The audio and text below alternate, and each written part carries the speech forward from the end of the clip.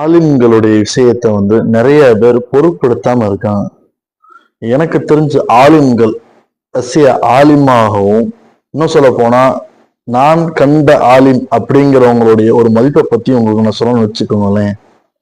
ஒரு ஆலிம் என்பவருடைய விஷயத்துல அன்றைய காலத்துல அவங்களுக்குன்னு தனியா ஒரு செப்பரேட்டா ஒரு வீடு, அவங்க பிள்ளைகளுக்குன்னு நல்ல ஒரு கல்வி, இன்னும் சொல்ல போனா அவங்கள்ட்ட மார்க்க கல்வி மட்டும் இல்லை, எந்த ஒரு பிரச்சனையா இருந்தாலும் அவங்கள்ட்ட தான் முன் வைப்பாங்க. அதற்கான சொல்யூஷன் அவங்க கரெக்டான முறையில் கொடுக்கக்கூடியவங்க இருப்பாங்க.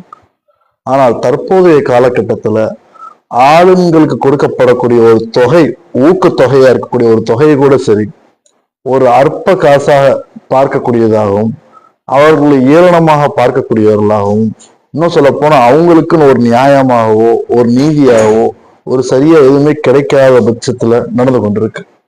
இப்ப அந்த மாதிரி இருக்கக்கூடிய சமயத்துல அவங்களுக்குன்னு ஒரு ஒரு ஊதிய தொகை அப்படிங்கும் போது, பொதுவா நீங்க உங்களுடைய பிள்ளைகள் ஒரு இன்ஜினியரா இருக்கலாம், இல்ல டாக்டரா இருக்கலாம், இல்ல ஐடில இருக்கலாம், இல்ல எதுல வேண்டாலும் இருக்கலாம். அவங்களுக்கு போகக்கூடிய சமயத்துல, அவங்க வேலை பார்க்கக்கூடிய சமயத்துல அவங்களுக்கு இவ்வளவுதான் கொடுப்பேன் அப்படின்னு சொல்லிட்டு அவங்க கொடுக்கிற தொகை உங்களுக்கு போதும் இல்லாத போது அங்க இருப்பீங்களா? வேலையில இருக்க மாட்டீங்க. அதுலயும் ஒரு 7 ரூபாவோ இல்ல 10 ரூபாவோ இல்ல 15 ரூபாவோ, எனக்கு மினிமம் 3 டிஜிட்டல்னு சொல்றத விட 4 டிஜிட்டல் 5 டிஜிட்ல வேணும். 50,000 ரூபான்னு பத்தாது. அதாவது எனக்கு 1 லட்சம் 2 லட்சத்துக்கு மேல எனக்கு வாங்குறோம், மாப்பிள்ளை எனக்கு இவ்வளவு இப்படி இருக்கணும் அப்படிங்கிற மாதிரி ஒவ்வொருத்தவங்களும் ஒவ்வொரு கணக்கு வழக்கல் வைத்து கொடுக்கக்கூடிய எல்லாம் பார்க்கக்கூடிய இருக்கீங்க.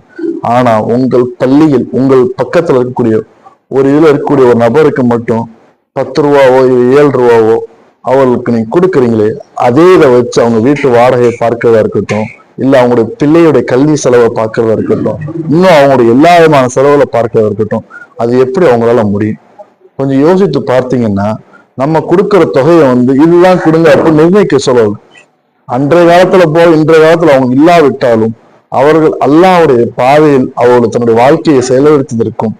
இன்னும் சொல்ல போனா தற்போதைய காலகட்டத்துல உங்களுடைய பிள்ளைகளுக்கும் எதிர்கால சந்ததிக்கும் குரானை கற்றுக் கொடுக்கவில்லையும், அவங்க தன்னுடைய குடும்பத்துக்காக பொறுத்து கொண்டு எல்லா விதமான விஷயத்தையும் சுருக்கி கொண்டு எதை கொடுத்தாலும் சரி அல்ஹம்துலில்லாஹ்னு இருக்கக்கூடிய நிறைய நல்ல உள்ளம் கொண்ட ஆலிம்கள் இருக்காங்க. அவருடைய ஊதியத்தை நீங்கள் கூட்டி பாருங்க.